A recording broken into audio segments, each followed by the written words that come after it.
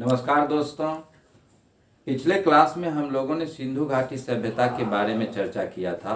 सिंधु घाटी सभ्यता के बारे में हम लोगों ने नगर योजना एवं उसकी विशेषताओं को पिछले क्लास में देखा था। आज हम लोग सिंधु घाटी सभ्यता के सामाजिक, आर्थिक, राजनीतिक, धार्मिक सभी पहलुओं पर चर्चा करेंगे। तो हम लोग आज सिंधु घाटी सभ्यता की सामाजिक स्थिति को देखते हैं। तो सिंधु घाटी का समाज एकल परिवार पर आधारित था, यानी कि सिंधु घाटी सभ्यता में संयुक्त परिवार की चर्चा नहीं मिलती है, यानी कि साक्ष्य नहीं प्राप्त होते। जैसे वैदिक काल में संयुक्त परिवार की प्रथा थी, उसके विपरीत सिंधु घाटी सभ्यता में हम लोग देखते हैं समाज का आधार जो था वह एकल था, यानी कि एकल परिवार रहा होगा। अधिकांश मूर्तियां नारी की है, अतः संभवतः परिवार मातृसत्तात्मक रहा होगा, यानी कि सिंधु घाटी सभ्यता में माता की प्रधानता थी। सिंधु घाटी सभ्यता में माता की प्रधानता थी, यानी कि सिंधु घाटी सभ्यता मातृसत्तात्मक समाज रहा होगा। समाज में वर्ण व्यवस्था एवं जाति व्यवस्था की कोई जानकारी प्राप्त नहीं होती है। सिंधु घाटी सभ्यता में वर्ण एवं जाति व्यवस्था की जानकारी प्राप्त नहीं होती है। वहीं हम लोग वैदिक काल में देखेंगे कि वर्ण व्यवस्था की जानकारी, यानी कि वैदिक काल के अंतिम चरण में पुरुष सूक्त में मिलता है। अब हम लोग देखेंगे समाज में संभवतः व्यापारियों का वर्चस्व रहा होगा, क्योंकि हम लोगों को सिंधु घाटी सभ्यता का जो भी साक्ष्य प्राप्त हुआ है वह पुरातात्विक साक्ष्य, लिखित साक्ष्य प्राप्त हुआ है, लेकिन उसको पढ़ा नहीं जा सका है, जिसके कारण जो है सो सिंधु घाटी सभ्यता के बारे में जानकारी एक तरह से अनुमान पर आधारित है, यानी कि पुरातात्विक साक्ष्य पर आधारित होने के कारण, और साहित्यिक साक्ष्य उसकी पुष्टि नहीं करता, इसलिए ज्यादातर अनुमान पर आधारित है। तो इसलिए इसमें देखिएगा सिंधु घाटी सभ्यता में रहा होगा लिखा हुआ रहता है, यानी कि चूंकि पूर्णतः स्पष्ट रूपेण यह नहीं कहा जा सकता, अतः समाज में वहां पर व्यापारियों का वर्चस्व रहा होगा। विभिन्न स्थलों से गंडा, तावीज, चक्र, स्वास्तिक, क्रॉस आदि के चिन्ह मिले हैं, अतः समाज में ज्योतिष एवं भविष्यवक्ता वर्ग का वर्ग रहा होगा, यानी कि ज्योतिष या भविष्यवक्ता का वर्ग रहा होगा, या इस पर लोग जो है सो गंडा, तावीज आदि पर लोग विश्वास करते होंगे, यानी कि तंत्र मंत्र आदि में विश्वास उन लोगों का रहा होगा। अब हम लोग सिंधु घाटी सभ्यता के खान पान के बारे में देखते हैं। तो सिंधु घाटी सभ्यता के लोग शाकाहारी एवं मांसाहारी दोनों थे, यानी कि भेड़, बकरी, मछली, मुर्गा प्रमुख मांस था। वस्त्र उन लोगों का जो है सो सूती था। सूती हम लोग मोहनजोदड़ो से एवं अन्य कई जगहों पर सूत काटने की मशीन, सूत काटने का औजार और सूती वस्त्र यानी कि घड़े पर चिन्ह मिला है। तो कई साक्ष्य सूती वस्त्रों का मिला है, यानी कि वो लोग कपास उपजाना भी जानते थे, और ऊनी, सूती और ऊनी दोनों प्रकार के वस्त्रों का साक्ष्य सिंधु घाटी सभ्यता से मिला है। पुरुष टोपी, साल, अचकन तथा छोटी धोती पहना करते थे, और स्त्रियां स्कर्ट का प्रयोग करती थी, स्कर्ट पहना करती थी। तो हम लोग जानते हैं सिंधु घाटी सभ्यता में सूती एवं ऊनी दोनों प्रकार के वस्त्रों का प्रचलन था। सूती वस्त्र के अनेक जगहों से साक्ष्य मिले हैं। पुरुष टोपी, साल, अचकन तथा छोटी धोती पहना करते थे, जबकि स्त्रियां स्कर्ट पहना करती थी। सिंधु घाटी सभ्यता में प्रसाधन के सामग्रियों में हम लोग दर्पण को देखते हैं, यानी कि सिंधु घाटी सभ्यता के लोगों को दर्पण की जानकारी प्राप्त थी, और दर्पण में तांबे एवं कांसे का बना हुआ था, जिसमें एक और चमकदार पॉलिश किया गया था, यानी कि तांबा और कांसा का दर्पण के बारे में जानकारी मिलती है। कंघी की भी जानकारी मिलती है। कंघी हाथी दांत के बनाए जाते थे, यानी कि सिंधु घाटी सभ्यता में दर्पण का भी जानकारी मिलती है और कंघी की भी जानकारी मिलती है। हड़प्पा से एक श्रृंगार पेटिका प्राप्त हुआ, श्रृंगार बॉक्स का भी प्रचलन था। चन्हू दरों से लिपस्टिक का साक्ष्य प्राप्त हुआ। ये क्वेश्चन पूछता है बार बार, चन्हू दरों से लिपस्टिक का साक्ष्य प्राप्त हुआ है। स्त्री और पुरुष दोनों ही आभूषण पहनते थे। आभूषण सोना, चांदी, तांबा, कांसा, पत्थर, हड्डी आदि सभी के बनाए जाते थे। यानी कि आभूषण में सोना, चांदी, तांबा, कांसा, पत्थर, हड्डी आदि सभी के बनाए जाते थे। बच्चे खिलौने से खेला करते थे और अनेक प्रकार के खिलौने सिंधु घाटी सभ्यता से प्राप्त हुए हैं। उसमें तांबा, कांसा, मिट्टी आदि के खिलौने प्राप्त हुए। सर्वाधिक मात्रा में खिलौने जो प्राप्त हुए हैं वह मिट्टी के प्राप्त हुए। सिंधु घाटी सभ्यता में ज्यादातर खिलौने जो प्राप्त हुए वह मिट्टी के प्रयोग हुए। सिंधु घाटी सभ्यता में शतरंज का प्रचलन था। यानी कि शतरंज की गोटियां विभिन्न स्तरों से प्राप्त हुई है, जिसके आधार पर यह कहा जाता है कि सिंधु घाटी सभ्यता में शतरंज खेलने का प्रचलन हो चुका था। नृत्य और संगीत का भी प्रचलन सिंधु घाटी सभ्यता में था। बीना एवं ढोलक की जानकारी, यानी कि बीना नुमा कई चीज प्राप्त हुए हैं सिंधु घाटी सभ्यता से, तो इसके आधार पर यह कहा जाता है कि सिंधु घाटी सभ्यता के लोगों को बीना की जानकारी थी। और ढोलक जैसा भी एक औजार मिला है, जिसके आधार पर यह कहा जाता है कि सिंधु घाटी सभ्यता के लोगों को ढोलक की जानकारी थी। अब हम लोग देखते हैं सिंधु घाटी सभ्यता के धर्म के बारे में। यानी कि सिंधु घाटी सभ्यता में धर्म में पुरोहित वर्ग यानी कि पंडित वर्ग, इसका कोई प्रचलन नहीं था। यानी कि पुरोहितों की जानकारी नहीं मिलती है। जैसा कि वैदिक काल में हम लोग देखेंगे तो वहां पर पुरोहित की जानकारी है, लेकिन सिंधु घाटी सभ्यता में किसी पुरोहित की जानकारी नहीं मिलती है। सिंधु घाटी सभ्यता में मंदिर का भी कोई साक्ष्य प्राप्त नहीं है। सिंधु घाटी सभ्यता में मंदिर का साक्ष्य नहीं है। मूर्ति पूजा का प्रचलन निश्चित रूप से था। यानी कि सिंधु घाटी सभ्यता में पुरोहित नहीं था, मंदिर नहीं था, लेकिन मूर्ति पूजा का प्रचलन था। मातृदेवी की पूजा का प्राचीनतम साक्ष्य सिंधु घाटी सभ्यता से मिलता है और मातृदेवी का सर्वाधिक स्थलों से प्राप्त हुआ। इससे हम लोग को एक तो मातृ सत्तात्मक समाज थी, इसका पता चलता है, और सिंधु घाटी सभ्यता में मातृदेवी की प्रधानता थी, इसका भी पता चलता है। मातृदेवी की पूजा जो की जाती थी मुख्यतः उर्वरा शक्ति के रूप में या प्रजनन शक्ति के रूप में की जाती थी। सिंधु घाटी सभ्यता में मातृदेवी की पूजा मुख्यतः उर्वरा शक्ति का प्रतीक के रूप में या प्रजनन शक्ति के प्रतीक के रूप में किया जाता था। अब दूसरा, पशुपति पूजा की चर्चा सिंधु घाटी सभ्यता में मिलती है। पशुपति पूजा मोहनजोदड़ो से पशुपति मुहर प्राप्त हुआ। मुहर प्राप्त हुआ जो पुरुषों की योग की मुद्रा में बैठे हुए दिखाया गया है। पुरुष के बाईं ओर गेंडा तथा भैंसा, इसको याद रखेंगे, पूछता है। पुरुष के बाईं ओर जो है सो गेंडा तथा भैंसा है तथा दाईं ओर हाथी तथा बाघ का चित्र है। बाईं ओर गेंडा तथा भैंसा का तथा दाईं ओर हाथी तथा बाघ का चित्र है। आसन के नीचे 2 हिरण है।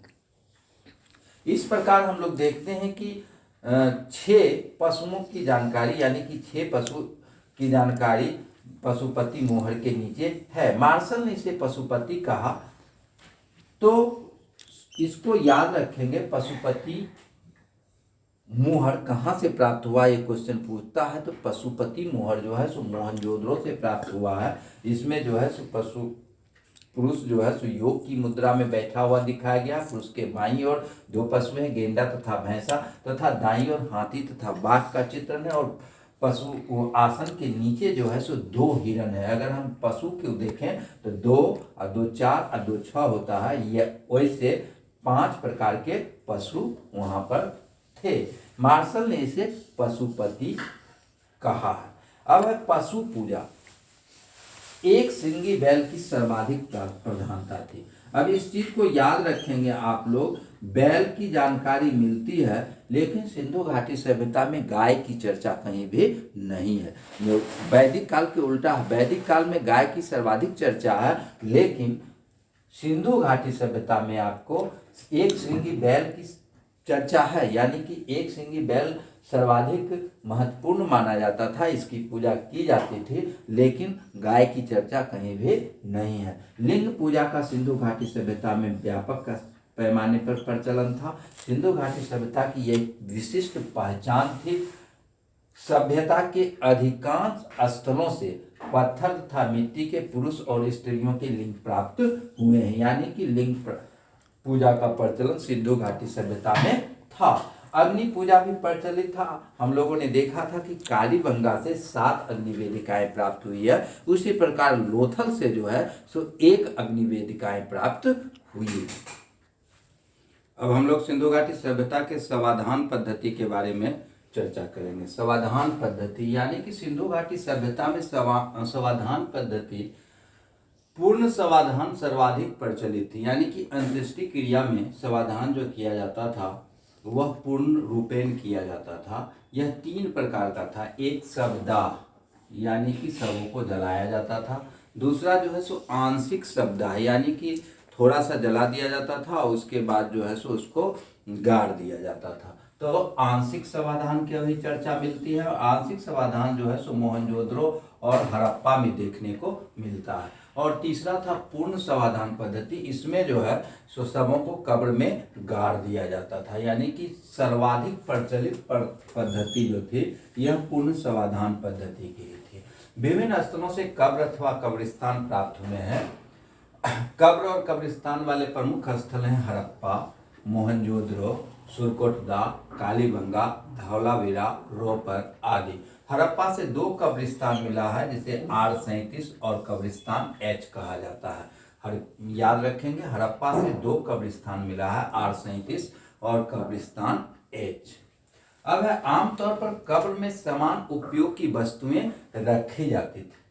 रोपर में कब्र में कुत्ता का साक्ष्य प्राप्त हुआ, यानी कि कब्र में जो है सो आदमी को दफनाने के साथ साथ कुत्ता को दफनाया गया है। इसको याद रखेंगे।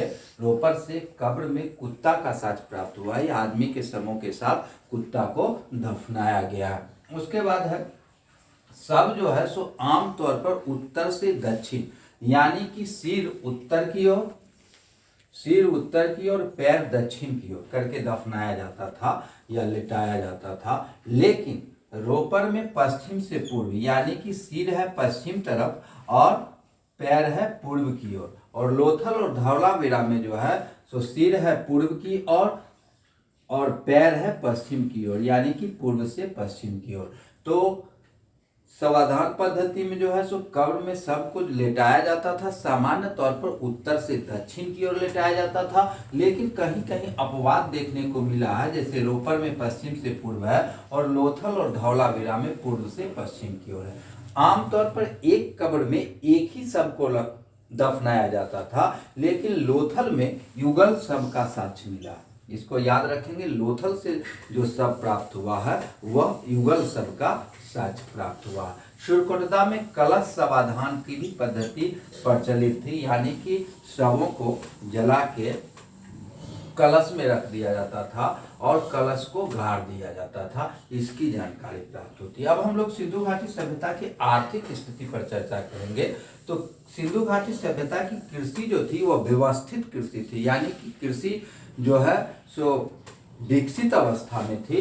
वहां पर जो है सो जुते हुए खेत का साक्ष्य प्राप्त हुआ है, यानी कि जुते हुए खेत का साक्ष्य, क्वेश्चन आता है, जुते हुए खेत का साक्ष्य कालीबंगा से प्राप्त हुआ है। कालीबंगा से एक ही खेत में 2 फसल उपजाए जाने की चर्चा है और जिसमें जौ और सरसों प्रमुख है, यानी कि जुते हुए खेत का साक्ष्य मिलता है कालीबंगा से ही एक खेत में 2 फसलों का साक्ष्य मिलता है।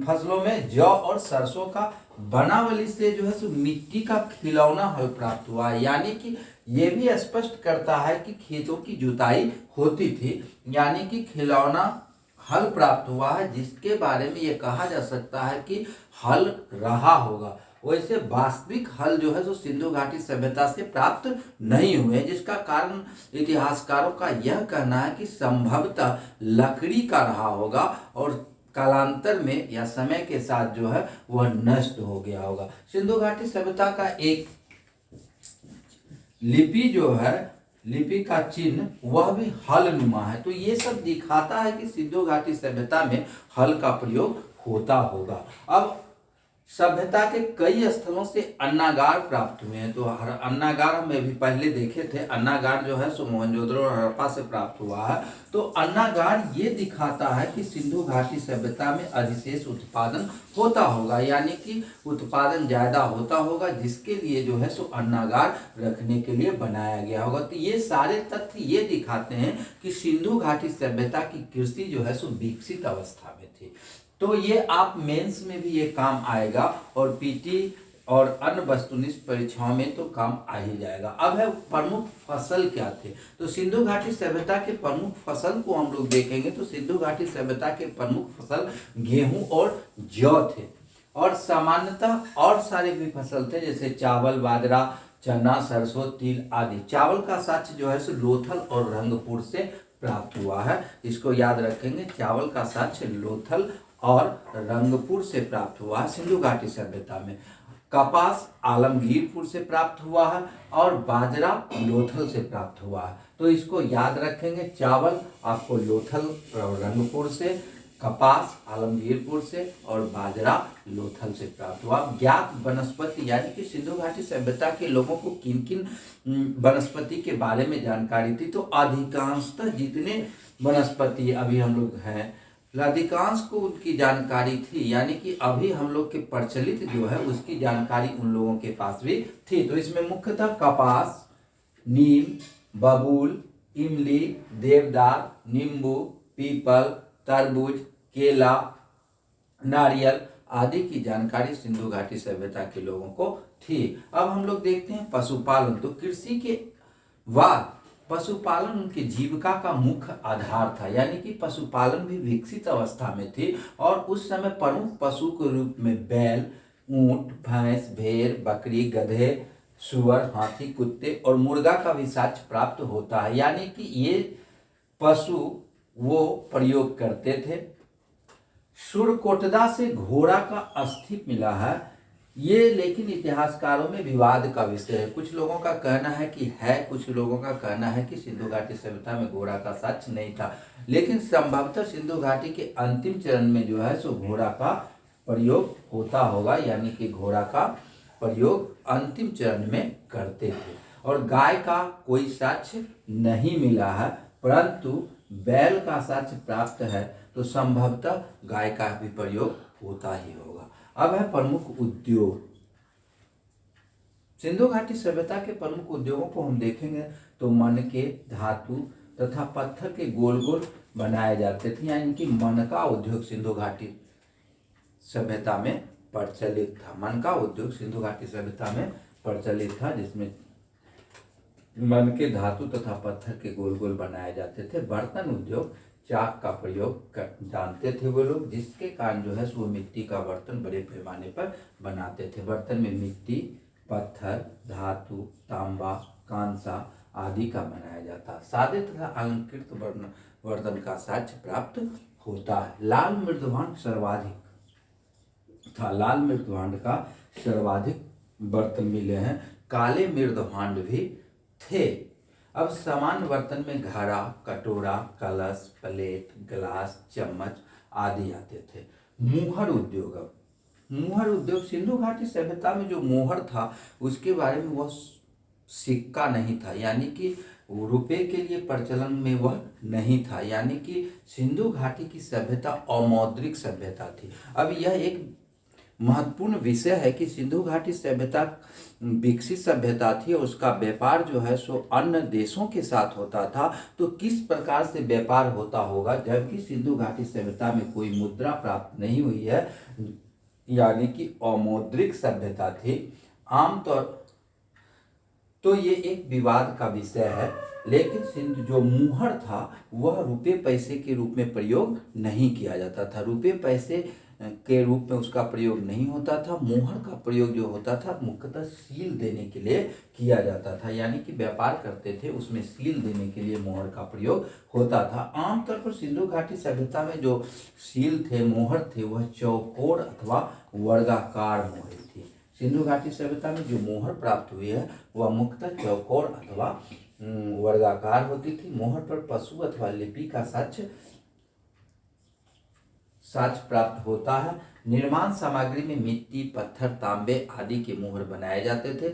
सिंधु घाटी सभ्यता में जो मोहर बनाए जाते थे वह सर्वाधिक मात्रा में सेलखड़ी पत्थर के प्राप्त हुए। इसको याद रखेंगे, सिंधु घाटी सभ्यता में जो मोहर बने हुए थे वो सर्वाधिक मात्रा में सेलखड़ी पत्थर के बनाए जाते थे। अब विभिन्न प्रकार के सिंधु घाटी सभ्यता में मोहर था, जैसे पशुपति मोहर, यह जो है सो मोहनजोदड़ो से प्राप्त हुआ है। उर्वरा देवी का मोहर, यह जो है सो हड़प्पा से प्राप्त हुआ है। एक मोहर पर जो है सो खरगोश का चित्र है, वह लोथल से प्राप्त हुआ है। एक मोहर पर जो है सो बकरा को बलि देते हुए दिखाया गया, वह हड़प्पा से प्राप्त हुआ है। और एक मोहर जो है सो 2 राक्षसों वाला है, वह लोथल से प्राप्त हुआ है। अब हम लोग सिंधु घाटी सभ्यता के चूड़ी निर्माण उद्योग को देखते हैं। तो सिंधु घाटी सभ्यता में चूड़ी निर्माण उद्योग विकसित अवस्था में था। कालीबंगा और चन्हुदरों से स्पष्ट साक्ष्य प्राप्त हुआ है। कालीबंगा से बहुतायत से चूड़ियों का साक्ष्य प्राप्त हुआ।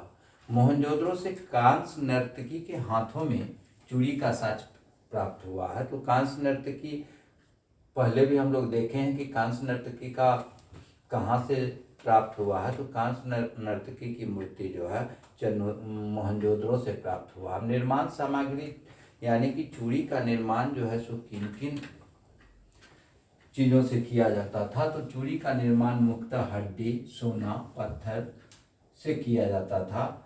सर्वाधिक जो है सो चूड़ी का निर्माण जो है सो मिट्टी से होता था, यानी कि मिट्टी से चूड़ी का निर्माण सर्वाधिक किया जाता था। इसके अलावे हड्डी, सोना और पत्थर से भी चूड़ियों का निर्माण किया जाता था। सोने की चूड़ी एकमात्र आलमगीरपुर से मिला है, यानी कि सोने की चूड़ियों का साक्ष्य एकमात्र स्थल आलमगीरपुर से प्राप्त हुआ। मूर्ति निर्माण उद्योग, मूर्ति निर्माण उद्योग जो है सो विकसित अवस्था में था और यह निर्यात परक उद्योग था, यानी कि सिंधु घाटी सभ्यता से मूर्तियों का निर्यात बड़े पैमाने पर किया जाता था। सर्वाधिक मूर्ति जो है मिट्टी का बना हुआ था, यानी कि सिंधु घाटी सभ्यता में जितने भी मिले हैं मूर्ति, सर्वाधिक मूर्ति जो है सो मिट्टी से बना हुआ था, यानी कि लगभग सर्वाधिक मूर्ति पशु के प्राप्त हुए हैं। सिंधु घाटी सभ्यता में जो मूर्ति प्राप्त हुआ है वो सर्वाधिक पशु के प्राप्त हुई है। पशु का जो है सो लगभग 75% मूर्ति जो है सो पशुओं का ही है। मोहनजोदड़ो से बैठे हुए पुरुष की मूर्ति,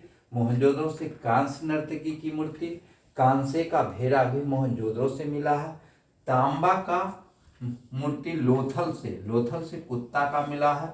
हड़प्पा से गाड़ी का मॉडल मिला है जो तांबा का बना हुआ है। अब मृद मूर्तियां यानी कि मिट्टी की मूर्तियां जो है तो सर्वाधिक मूर्तियां हैं, 75% इसमें पशु मूर्तियां हैं।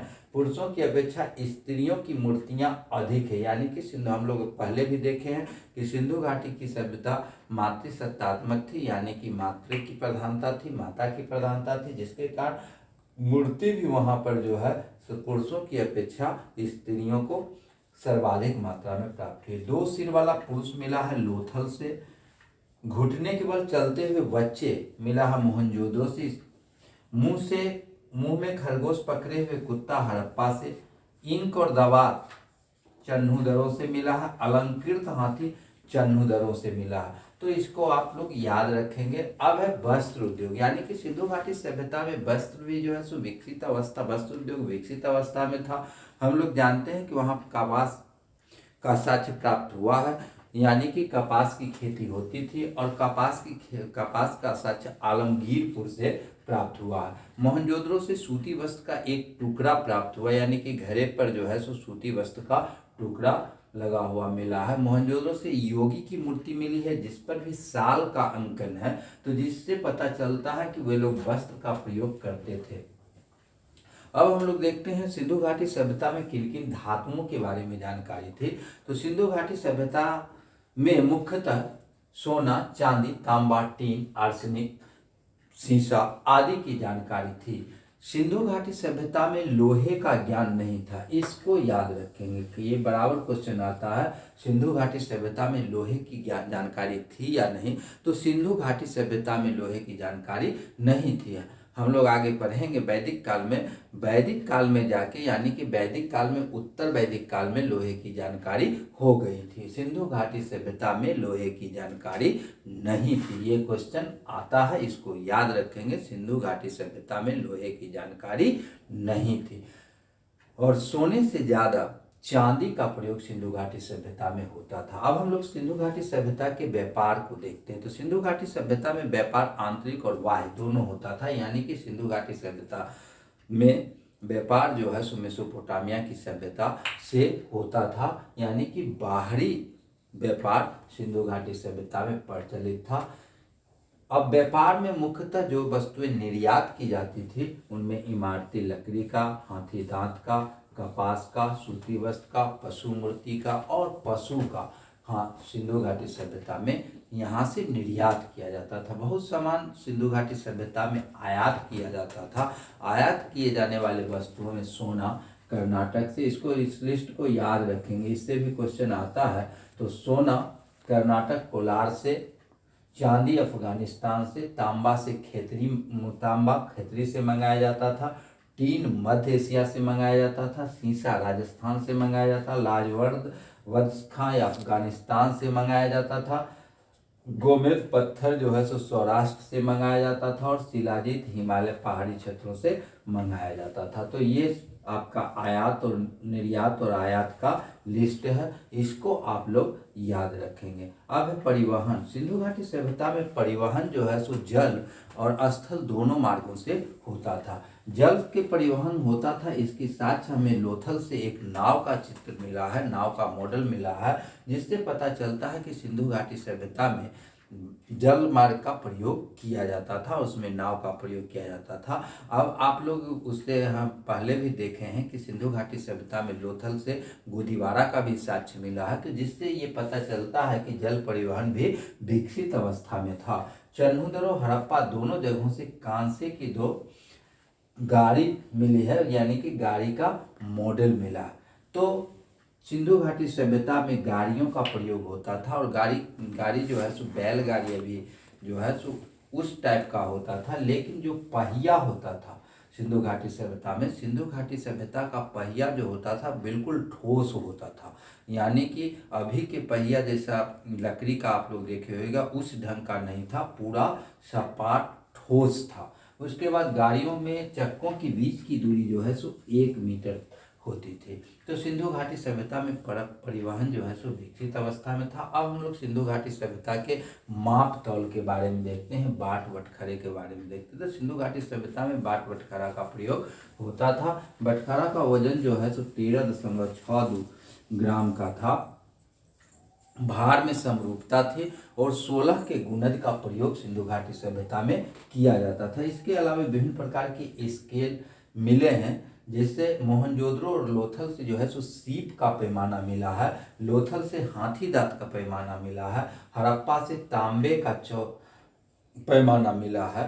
तो ये सिंधु घाटी सभ्यता की आर्थिक व्यवस्था थी। अब हम लोगों ने सामाजिक व्यवस्था, धार्मिक व्यवस्था और आर्थिक व्यवस्था सिंधु घाटी सभ्यता का पढ़ लिया है। अब प्रशासन या राजनीतिक व्यवस्था और कुछ अन्य तथ्य जो है सो हम लोग अगले वीडियो में डालने का प्रयास करेंगे। तो हमने 3 पार्ट में आप लोगों को सिंधु घाटी सभ्यता के बारे में चर्चा किया। अब जो बच गया है वह अगले वीडियो में हम लोग करेंगे। धन्यवाद।